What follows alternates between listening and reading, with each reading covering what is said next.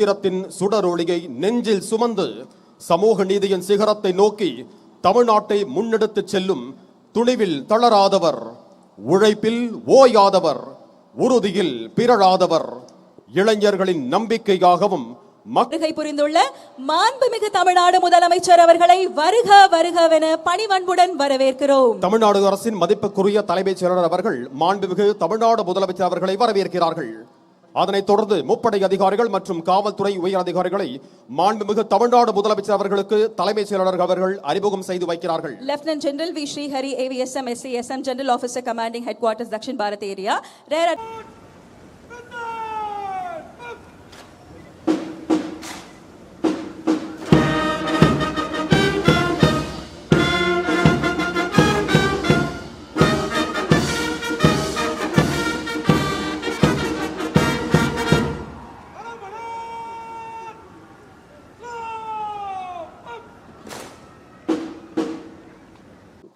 அணிவகுப்பு நடத்தும் பிரிவு தமிழ்நாடு சிறப்பு காவல் படை அணிவகுப்பு பொறுப்பு அதிகாரி திரு N மணிவர்ணன் தலவாய், தமிழ்நாடு சிறப்பு காவல் 5ஆம் அணி. The parade overall in charge Thiru N மணிவர்ணன், Commandant Tamil Nadu Special Police 5th Battalion.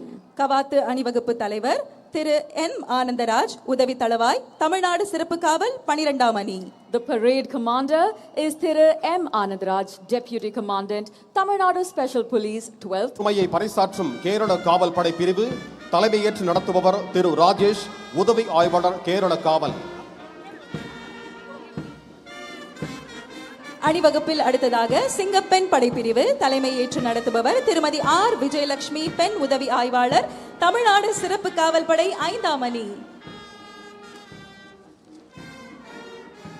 அணிவகுப்பில் 5ஆவதாக மாநில காவல் வாத்திய குழு, சென்னை பெருநகர குடலுதும் குழு மற்றும் ஆயுதப்படை வாத்திய குழு தலைமையும் எல்லா உயிருக்கும் சிறப்பொவ்வா செய்தொழில் வேற்றுமையான் என்ற ஐயன் திருவள்ளுவரின் சமத்துவ சிந்தனையை அடிப்படையாக கொண்டு பிறப்பால் எந்த வேற்றுமையும் இல்லை, வாய்ப்புகளிலும் உரிமைகளிலும் எந்த பாகுபாடும் இருக்கக்கூடாது என்ற உயரிய நோக்க தமிழ்நாட்டின் முதலமைச்சராக மட்டுமல்லாமல் தமிழ்நாட்டில் வாழும் ஒவ்வொரு குடும்பத்திலும் குடும்ப அட்டைகளில் பெயர் இடம்பெறாத அண்ணனாகவும் தாய் மாமனாகவும் இருந்து ஒரு குடும்ப உறவாக தனது கடமைகளை செய்து வருகிறார்கள் நமது மாண்புமிகு தமிழ்நாடு முதலமையில். தமிழ்நாட்டின் வரலாற்றில் புதிய அத்தியாயம் படைக்கும் வகையில் மாண்புமிகு முதலமைச்சர் அவர்களின் முதல் சுதந்திர தின கொடியேற்ற விழா இங்கே நடைபெற்றுக் கொண்டிருக்கிறது. அனைவருக்கும் இனிய சுதந்திர தின நல்வாழ்த்துகள். சுதந்திரத்தின் பெருமையை போற்றும் இந்த புனித நாளில் வரலாறு மீண்டும் ஒரு புதிய அத்தியாயத்தை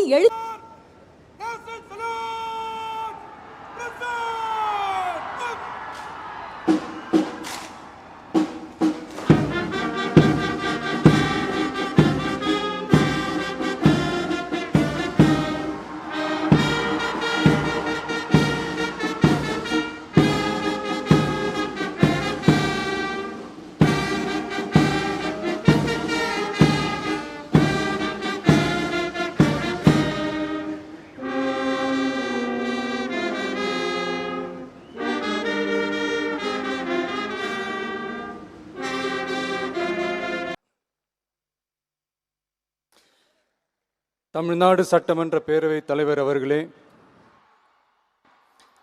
மாண்புமிகு அமைச்சர்கள், நீதியரசர்கள், MLAs, MPs, உள்ளாட்சி பிரதிநிதிகள், தலைமை செயலாளர் உள்ளிட்ட அரசு அதிகாரிகள், நம்ம தாய் நாட்டின் சுதந்திர போராட்டத்தில் பங்கேற்று இன்னைக்கும் வாழ்ந்துட்டு இருக்கிற தியாகிகள், தற்போது குடும்ப ஓய்வூதியம் பெற்று வரும் சுதந்திர போராட்ட தியாகிகளின் வாரிசுதாரர்கள், DGP உள்ளிட்ட அனைத்து காவல்துறை அதிகாரிகள், முப்படைகளை சேர்ந்த அலுவலர்கள், வீரர்கள், சிறப்பு விருந்தினர்கள், இன்னைக்கு இந்த சுதந்திர தினத்தில் கோட்டையில் கொடியேற்றுறத பார்க்க வந்திருக்கிற பொதுமக்களுக்கும்,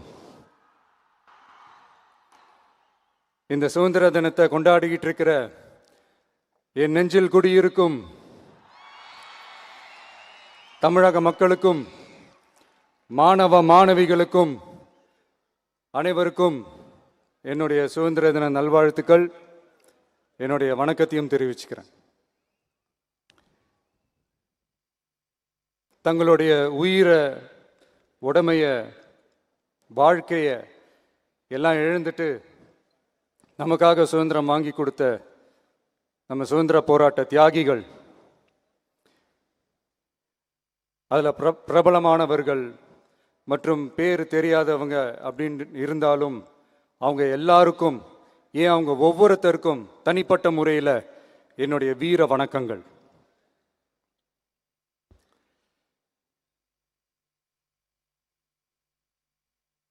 நம்மளை ஒரு அடிமை மாதிரி வச்சிருக்காங்க அப்படின்னு தெரிஞ்சிட்டாலே மக்கள் மத்தியில் ஆட்டோமேட்டிக்காக ஒரு ஒற்றுமை ஒன்று வர ஆரம்பிக்கும். எல்லாரும் ஒரே மாதிரி யோசிச்சு ஒன்று சேர ஆரம்பிப்பாங்க. அப்படி ஒன்று சேர்ற இடத்துல தான் சாதி உடையும், மதம் உடையும், மொழி, இனம் இந்த மாதிரி எல்லாமே உடைஞ்சி நொறுங்கும். அப்படி உடைஞ்சி நொறுங்குற இடத்துல தான் கிடைக்கிறது தான் உண்மையான சுதந்திரம். அதுதான் நம்ம மகாத்மா காந்திஜி அவர்கள் அவங்களுடைய தலைமையில் 1947 இதே இந்த ஆகஸ்ட் 15 நமக்கு அந்த சுதந்திரம் கிடைச்சிது.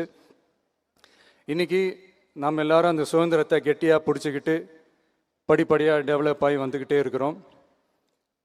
அந்த டெவலப்மெண்ட்ஸை அடுத்தடுத்த கட்டத்துக்கு கொண்டு போக வேண்டியது நம்ம எல்லாருடைய ஒரு கடமையும் கூட. இந்த நேரத்தில் நம்ம தமிழ்நாட்டை லஞ்சத்திலேருந்து, ஊழல்லேருந்து காப்பாற்றுறதும் ஒரு மிகப்பெரிய ஒரு விடுதலைக்கு சமமான ஒரு விஷயந்தான். அதை நோக்கி தான் நம்ம அரசும் செயல்பட்டுக்கிட்டு வந்துக்கிட்டு இருக்கு.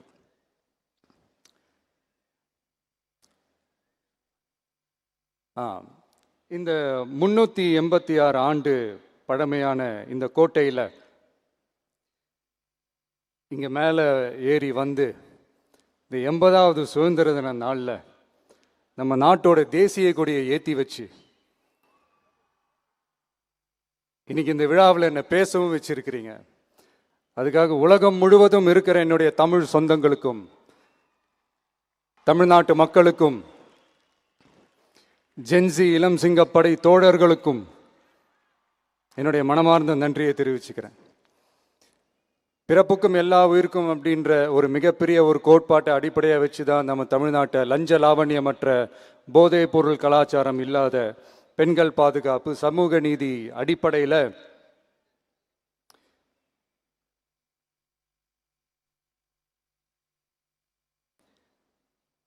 ஒரு வெளிப்படையான, ஒரு உண்மையான, ஒரு நேர்மையான ஒரு நிர்வாகமாக இதை நாம் செயல்பட்டுக்கிட்டு வந்துக்கிட்டு இருக்கிறோம்.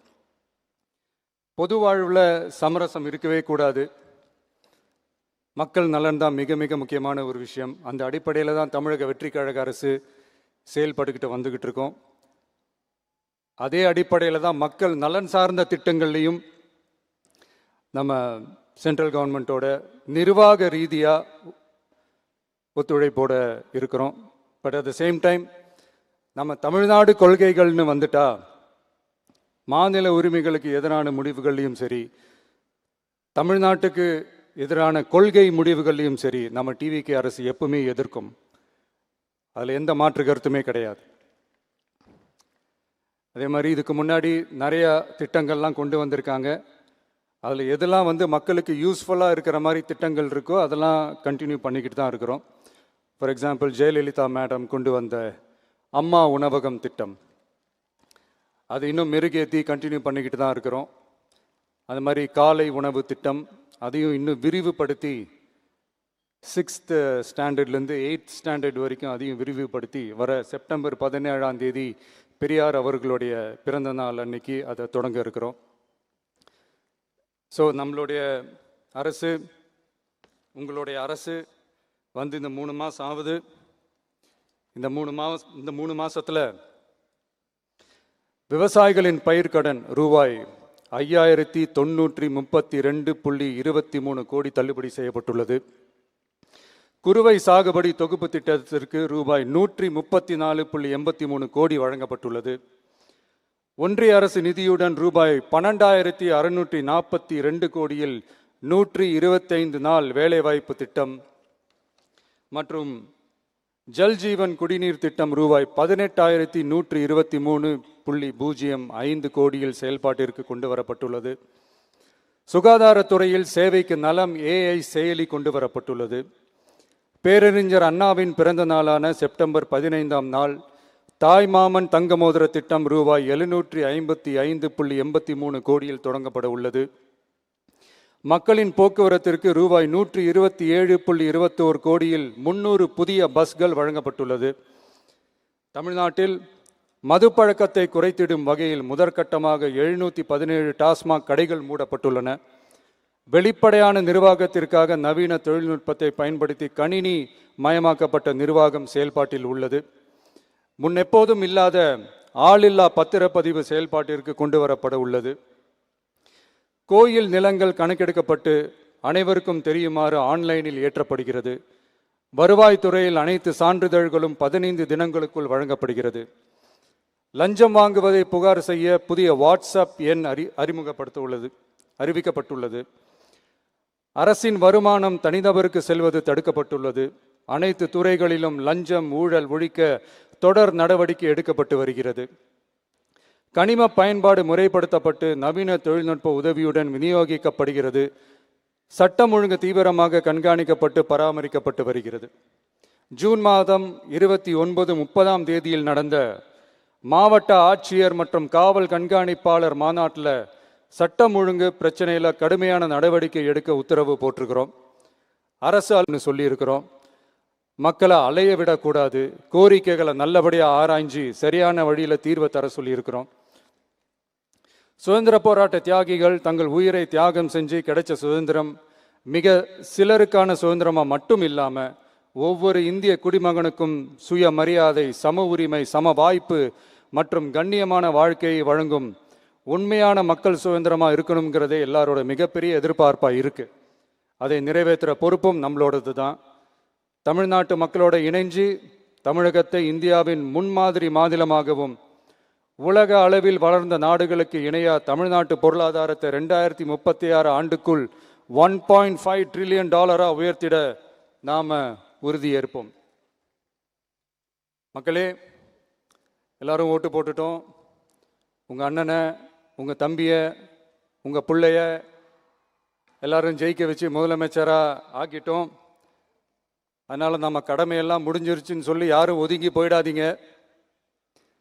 இனிமே தான் நீங்கள் நம்மளோடவே கூடவே இருக்கணும். உறுதியாக நம்ம அரசோடவே கூட இருக்கணும். அப்போ தான் உங்களுக்காக இருக்கிற எல்லா நல்ல திட்டங்களையும் என்னால் செயல்படுத்த முடியும். 8 கோடி பேரோட அந்த பிரதிநிதி தான் முதலமைச்சர் பதவின்னு சொல்லுவாங்க. அதனால தான் சொல்கிறேன், மக்கள் தான் ஆட்சியாளர்கள். இங்கே நான் எல்லாருமே, அங்கே இருக்கிறவங்க எல்லாருமே மக்களோட சர்வன்ட்ஸ். அப்படி தான் நான் அதை பார்க்குறேன். ஸோ வாங்க எல்லாருமா சேர்ந்து நம்ம கடமையை சேர்ந்து செய்வோம்.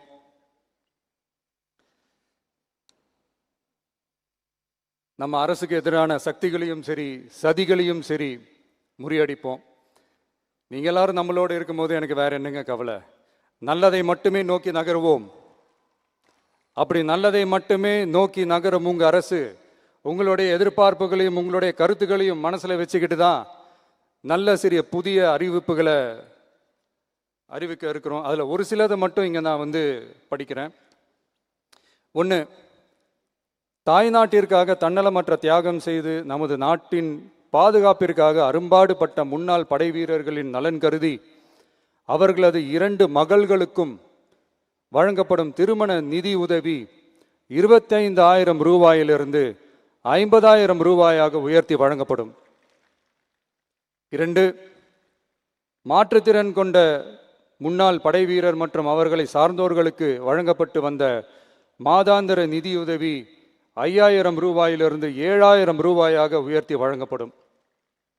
3, மாநில அரசால் விடுதலை போராட்ட வீரர்களுக்கு வழங்கப்பட்டு வரும் மாதாந்திர ஓய்வூதியம் 23,000 ரூபாயாக உயர்த்தி வழங்கப்படும். 4, மாநில அரசால் விடுதலை போராட்ட தியாகிகளின் குடும்பங்களுக்கு வழங்கப்பட்டு வரும் மாதாந்திர குடும்ப ஓய்வூதியம் 12,500 ரூபாயாக உயர்த்தி வழங்கப்படும். 5, வீரபாண்டிய கட்டபொம்மன், முத்துராமலிங்க, விஜய ரகுநாத சேதுபதி, மருது சகோதரர்கள் மற்றும் வ.உ. சிதம்பரனார் ஆகியோரின் வழித்தோன்றல்களுக்கு வழங்கப்பட்டு வரும் மாதாந்திர சிறப்பு ஓய்வூதியம் 11,500 ரூபாயாக உயர்த்தி வழங்கப்படும். இவற்றிற்கான அரசாணைகள் அரசால் வெளியிடப்பட்டுள்ளது. I once again extend my respectful greetings and salute the people of Tamil Nadu who has broken the caste and religious considerations, rejecting money and muscle power, and gave us an overwhelming support to establish people-centric and social justice government. We are on a mission mode to achieve corruption-free government. We want our people to develop zero tolerance towards corruption. And we appeal to the officials and the people of Tamil Nadu to make our state corruption-free. இன்னைக்கு இந்த விழாவில் பரிசு வாங்க போகிற, பாராட்டுகளை வாங்க போகிற, விருதுகளை வாங்க போகிற அனைவருக்கும் என்னுடைய வாழ்த்துக்களை தெரிவிச்சுக்கிறேன். இந்த விழாவை ரொம்ப அழகாக ஏற்பாடு செஞ்ச பொதுத்துறை செயலாளர் அவர்களோடு சேர்ந்து அலுவலர்களுக்கும், காலையிலேயே இந்த ப்ராக்டிஸ் பண்ணி சிறப்பான பரேட் நடத்திய காவல்துறை நண்பர்களுக்கும், இந்த விழாவை ரொம்ப பாதுகாப்பாக நடத்திய காவல்துறை அதிகாரிகளுக்கும், ஊடகத்துறை நண்பர்களுக்கும், சமூக ஊடகத்துறை நண்பர்களுக்கும் என்னுடைய மனமார்ந்த நன்றியை தெரிவிச்சுக்கிறேன். கான்ஃபிடென்ட்டாக இருங்க, நல்லதே நடக்கும், வெற்றி நிச்சயம். மீண்டும் சந்திக்கும் வரை நன்றி, வணக்கம். சுதந்திர தின விழா பேருரை வழங்கிய